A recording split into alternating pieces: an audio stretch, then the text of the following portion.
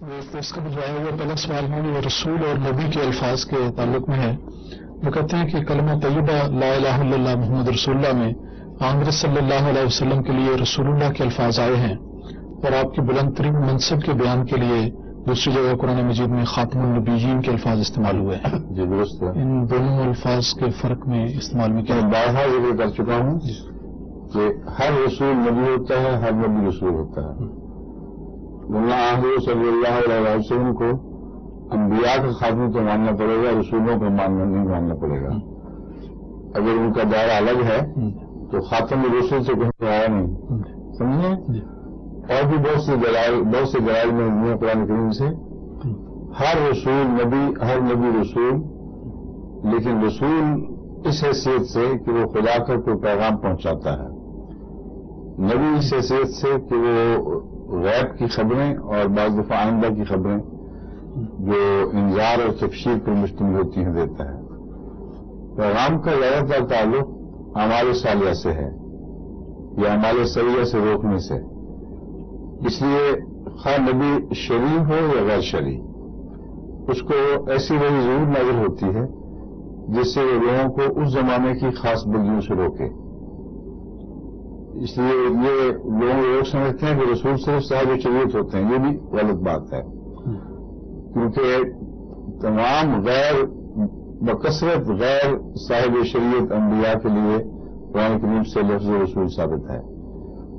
بس تلک رسلنا فضلنا بعضهم علی بعض، اس میں سارے انبیاء آتے ہیں جو جن میں غیر شرعی نبی قطعیت کے ساتھ داخل فرمائے گئے ہیں. اس لیے دو حیثیتیں ہیں صرف. رسول جو اپنے تمام معنوں میں مکمل طور پر رسول ہے، وہ دراصل خدا کا ایلچی ہے، اور ایلچی کی حیثیت سے جو کچھ وہ پیغام دے گا اس کا ماننا فرض ہے. اور رسول فرشتوں میں سے بھی ہو سکتے ہیں اور انسانوں میں سے بھی. اور پیغام کا تعلق لازم نہیں کہ شریعت سے ہو.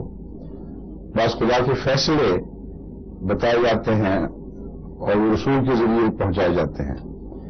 انبیاء کی طرف فرشتے رسول بن کے آتے ہیں، جیسے ابراہیم علیہ السلام کی طرف آئے اور حضرت لوط کی طرف آئے، جیسے حضرت مریم کی طرف فرشتہ رسول بن کے آیا.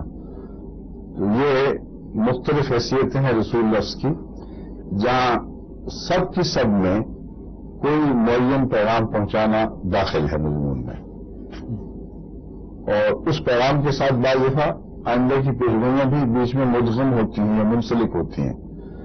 اس لیے اسے ایسا رسول ایک دوسرے پر اسے نبی بھی کہلا سکتا ہے. اتنا کلیئر کٹ مترا یہ الگ الگ معاملہ نہیں کہ جو رسول کی حیثیت سے خدا سے پیغام سنتا ہے وہ اس وقت نہ رسول کہلائے گا، بلکہ پیغام پہنچانے کی حیثیت سے وہ رسول بھی بن جاتا ہے. اس پیغام میں اگر پیشگوئیاں ہیں تو وہ نبی بھی بن جاتا ہے.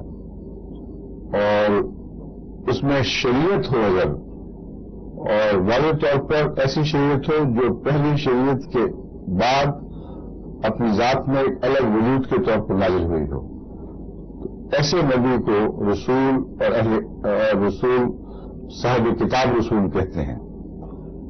لیکن کتاب کا لفظ بھی پھر آگے ایسے انبیاء کے متعلق بھی آ جاتا ہے جن کو شریعت نہیں ملی. حضرت عیسیٰ علیہ السلام کے لیے لفظ کتاب ملتا ہے، کیوں ملتا کہ نہیں؟ ہاں قطعی طور پر. تو پھر الکتاب کا محاورہ بھی غور طلب ہے. الکتاب اول معنی میں تو شریعت کی کتاب کے اوپر چشمہ ہوتا ہے، مگر بعض دفعہ خدا تعالیٰ کی طرف سے ایسے صحیفے ملیں یا ایسے پیغام ملیں جو غیر معمولی نوعیت کے ہوں اور شریعت نہ بھی تبدیل ہو، تب بھی اس کی طرف کتاب کے لفظ سے اس کی طرف اشارہ ملتا ہے. لیکن اس میں ابھی میں سمجھتا ہوں کہ یہ معاملہ تحقیق طلب ہے مزید، کیونکہ حضرت عیسیٰ علیہ السلام کے متعلق جو کتاب کا ہے ذکر، بعید نہیں کہ وہ پہلی کتاب ہی کی طرف اشارہ ہو جو حضرت عیسیٰ کو بھی ملی تھی اور انجیل بھی ملی. جہاں کتاب کا ذکر ملتا ہے وہاں میرا خیال ہے کہ کتاب اور انجیل الگ الگ الفاظ آئے ہیں اور حکمت کا ذکر بھی آیا ہے. تو اس پہلو سے الکتاب کا معنی اگر شریعت ہی لیں، شریعت والی کتاب، تب بھی وہ شریعت والی کتاب دوسرے انبیاء ورثے میں پاتے ہیں، براہ راست اللہ سے نہیں پاتے. ایسی صورت میں اس محدود دائرے میں وہ صاحب کتاب کہلا سکتے ہیں، مگر کتاب جس پر نازل ہو وہ صاحب شریعت ہوتا ہے، جو ورثے میں پائے وہ صاحب شریعت نہیں ہوتا. ٹھیک ہے. حضرت موسیٰ کے ماننے والے اور کتاب تورات کے ماننے والے اور حضرت عیسیٰ علیہ السلام تک وہی شریعت تھی، اور حضور کے آنے تک بھی بلکہ وہی شریعت تھی.